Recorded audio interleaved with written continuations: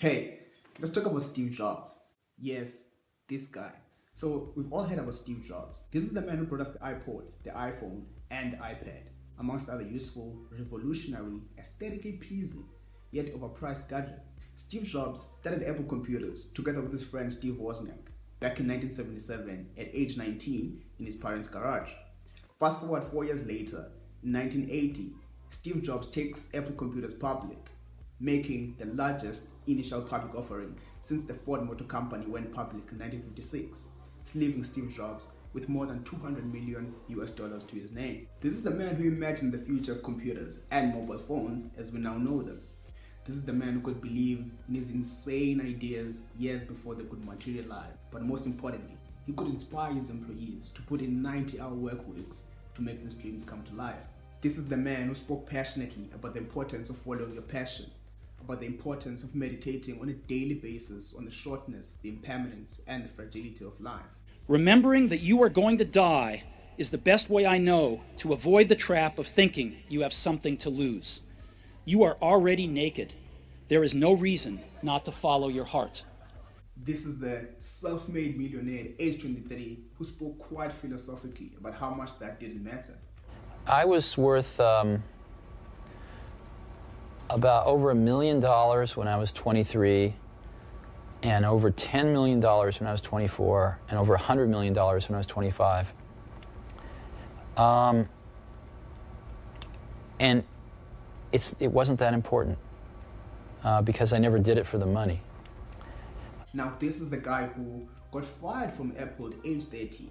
Instead of letting that deter him, he went on to found another computer company and called it Next. Now, fast forward 12 years after the painful coup at Apple. It's 1997, and guess what? Apple is only 90 days away from going bankrupt. What happens? Steve Jobs is called back in to turn things around, which he did. In the following years, under Steve Jobs' leadership, things went so well for Apple, such that in the following years, in 2001, Apple released the iPod. In 2007, Apple released the iPhone. And in 2010, the iPad, which became really like the epitome of what was possible for electronic consumer products in the digital revolution of the first decade of the 21st century. In fact, by August 2018, almost 7 years after Steve's passing, the company that Steve had founded in his parents' garage became the first company in the history of humankind to reach $1 trillion valuation. Let's think about this. What does this mean for a company to be evaluated at more than $1 trillion?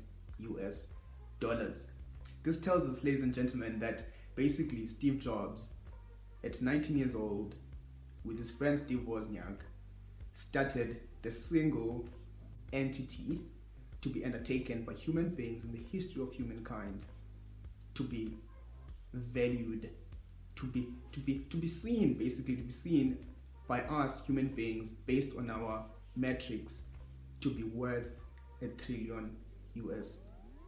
Hey, you just reached the end of this video, which means that you've got a better attention span than you thought.